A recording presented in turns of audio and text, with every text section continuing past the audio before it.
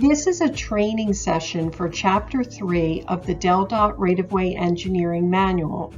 This presentation is meant to be an overview, and it is recommended that the manual is to be used for design rather than this presentation.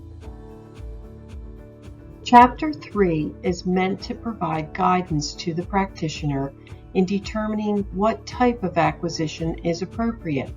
If there are any non-typical situations, the practitioner is directed to contact DelDOT team support for clarification.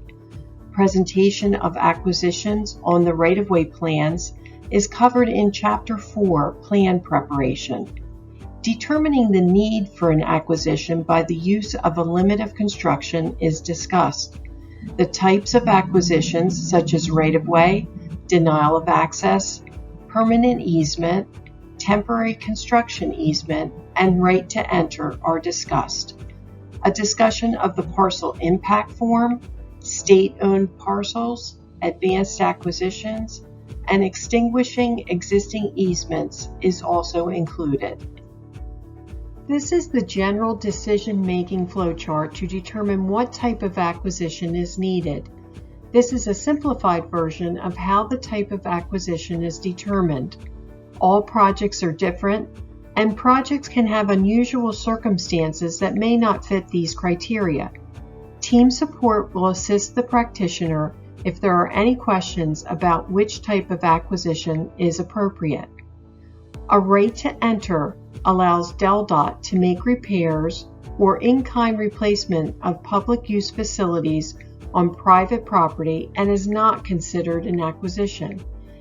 If there is a permanent improvement, such as roadway or drainage, normally the acquisition would be a right-of-way or fee simple. There are special circumstances where permanent improvements are acquired through permanent easement. If there is an acquisition required for a maintenance need or covenant, the acquisition would typically be a permanent easement. If a temporary use of land is needed for construction, then a temporary construction easement would be used. The first step in determining the type of acquisition is to know the area in which the work will be required as part of the construction.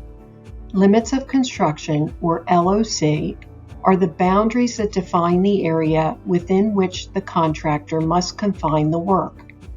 The practitioner must establish the LOC such that the contractor will not trespass into areas that have historic, cultural, environmental restrictions, or hazmat concerns. The practitioner must coordinate with the Environmental Stewardship section to determine any limits around sensitive areas that should not have construction disturbance. The LOC is established first to determine what type of acquisition is necessary. The acquisition is typically placed on the plans at least 1 foot or more outside of the LOC. Proposed right-of-way in fee simple is land or property that is acquired for or devoted to transportation purposes and represents the engineering need for the project. The proposed right-of-way should include all lands needed for features such as roadway, utilities, sidewalk, traffic equipment, ITMS, lighting, drainage, stormwater facilities, guardrail, and landscaping. Clear zone should be part of the right-of-way only if it is required due to design standards. Access to all features of the improvements, such as stormwater ponds, should also be considered as part of the right-of-way to allow safe access for construction of the facility and future maintenance of the facility. Proposed acquisitions are shown as R/W on the construction and right-of-way plans, and it is drawn as an offset from the right-of-way baseline. Establishing the proposed right-of-way is based on the engineering need for the facilities to be built. When establishing the proposed right-of-way for a project, care must be taken to limit the acquisition as much as is practical. The new construction should strive to find the best fit that would allow for the needs of the project design components in conjunction with the least impact to residences, businesses, and the environment. The practitioner should consider any existing agreements or deed restrictions that apply to project parcels when establishing the proposed right-of-way corridor. A thorough search for all information should be done prior to establishing the proposed right-of-way line. Agreement language or deed restrictions can affect the placement of the proposed right-of-way line. In this example, at Park Avenue and Arrow Safety Road, the roundabout was positioned to avoid residential properties on the right using the vacant land on the left. There was one building that was acquired on the bottom right corner of the intersection. Access to the remaining properties was provided using service roads. So impacts to the residences were minimized as much as possible. Development agreements and dedications were taken into consideration when establishing the right-of-way on the vacant parcels.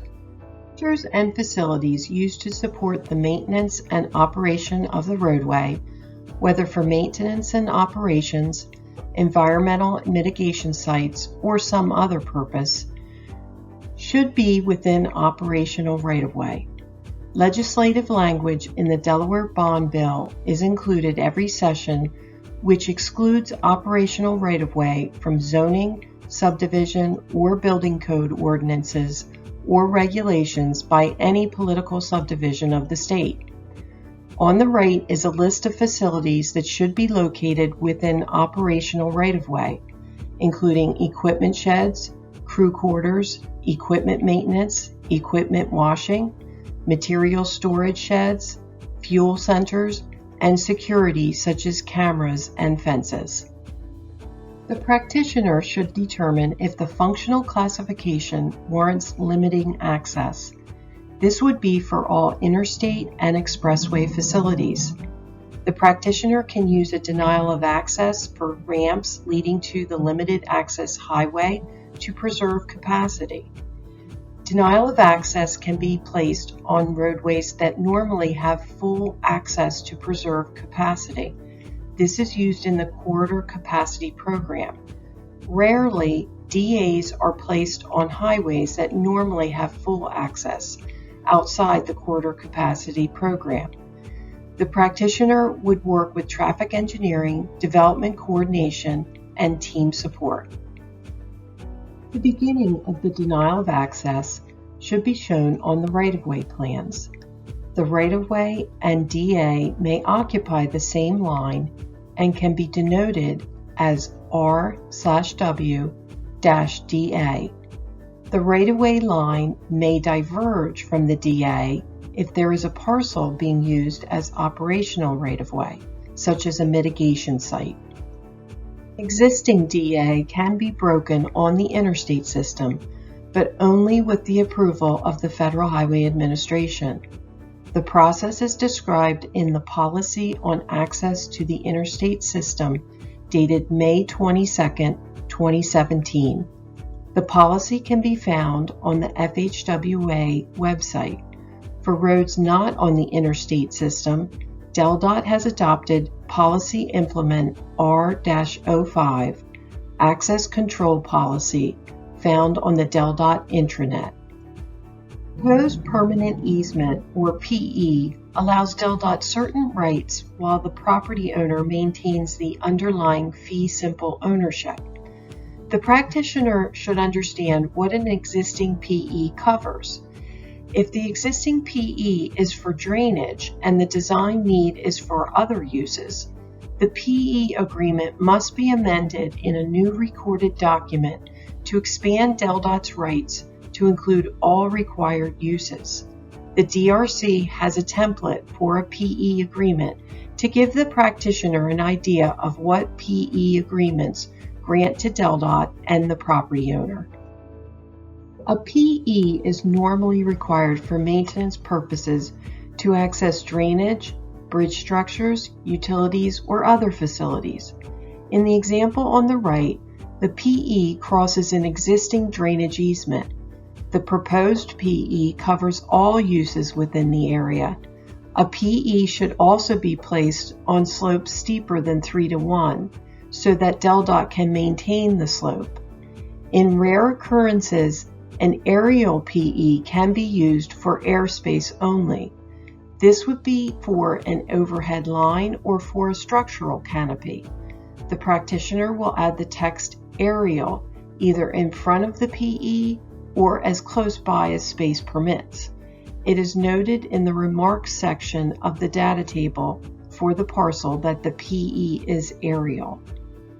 Normally, a right-of-way acquisition is used rather than a PE for permanent features. However, sometimes a PE is more appropriate. The property owner may want to retain acreage of the lot for development purposes, or the property owner may want to keep underlying ownership of the land.